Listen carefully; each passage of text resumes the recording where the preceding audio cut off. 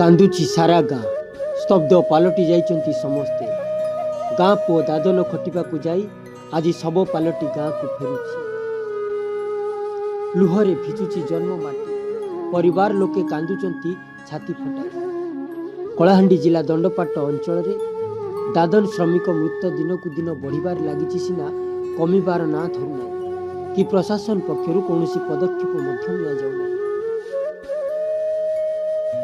ପୁଣି ଆଉ ଜଣେ ଦାଦନ ଶ୍ରମିକ ଆଜି ସକାଳେ ମୃତ୍ୟୁ ଘଟିଥିବା ସୂଚନା ମିଳିଛି। କଳାହାଣ୍ଡି ଜିଲ୍ଲା କୋକସରା ବ୍ଲକ ଖୁଣ୍ଟୁଣି ଗ୍ରାମ ପଞ୍ଚାୟତ ଅନ୍ତର୍ଗତ ମିର୍ଜାପୁର ଗ୍ରାମର ଅନିଲ ସାଗର ଆଜକୁ 2 ବର୍ଷରୁ ଉର୍ଦ୍ଧ୍ୱ ହେବ ନିଜ ସ୍ତ୍ରୀ ସହ ବିଶାଖାପାଟଣାରେ ରହି ବିଶାଖାପାଟଣାର ହୃତେ ନାମକ ଏକ କମ୍ପାନୀରେ କାର୍ଯ୍ୟ କରୁଥିଲେ। କମ୍ପାନୀରେ କାମ କରୁଥିବା ବେଳେ ହଠାତ୍ ତାଙ୍କ ଦେହ ଅସୁସ୍ଥ ହେବାରୁ ତାଙ୍କୁ ନିକଟସ୍ଥ ଏକ ଘରୋଇ ଡାକ୍ତରଖାନାରେ ଭର୍ତ୍ତି କରାଯାଇଥିଲା, କିନ୍ତୁ ଚିକିତ୍ସାଧୀନ ଅବସ୍ଥାରେ ତାଙ୍କର ମୃତ୍ୟୁ ଘଟିବା ସୂଚନା ମିଳିଛି। ଆଜି ମୃତ ଶରୀର ଗାଁକୁ ଫେରିବା ପରେ ଗାଁରେ ଶୋକାକୁଳ ପରିବେଶ ଦେଖିବାକୁ ମିଳିଥିଲା।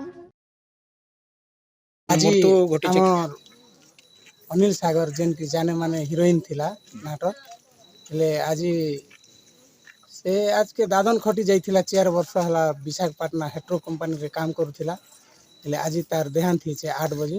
केनता अवस्था रे मरि जइछन बोली आपन भाउछन केनता अवस्था रे बोले 2-3 थर बांती कला परे मेडिकल नेला काम करबा बोले काम करी नहीं घरे थिला बोले काम करी घर के आसला घर के आसी कर जेते बेले 2-3 थर बाती करिछे से समय ताके मेडिकल नि आहिछे।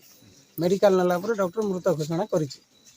से 4 वर्ष है से हेट्रो कंपनी रे काम करुला तार फैमिली निकर से नथिला तार छुआ दुईटा गोटे मिर्जापुर रे अछि आर गोटे बिलासपुर रे तार ओजा घर छाड़ी जे जने गरीब लोग तार ना अनिल सागर आउ तार एटा स्त्री रो ना हला माधुरी सागर केन रहउथले ई मने दादन खटबर लागि जाइथिले ई मने विशाखापट्टनम केते वर्ष होला ई मने जाई कर 4 वर्ष हला ना तार पुओ दुईटा अच्छे ए पुओ दुईटा अच्छे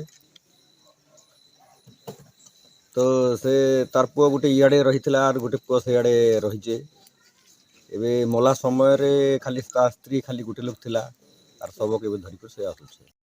कलाहांडी जिला प्रतिनिधि रतुराम बाग सहयोगी विष्णुचरण स्वाई रिपोर्ट निरपेक्ष।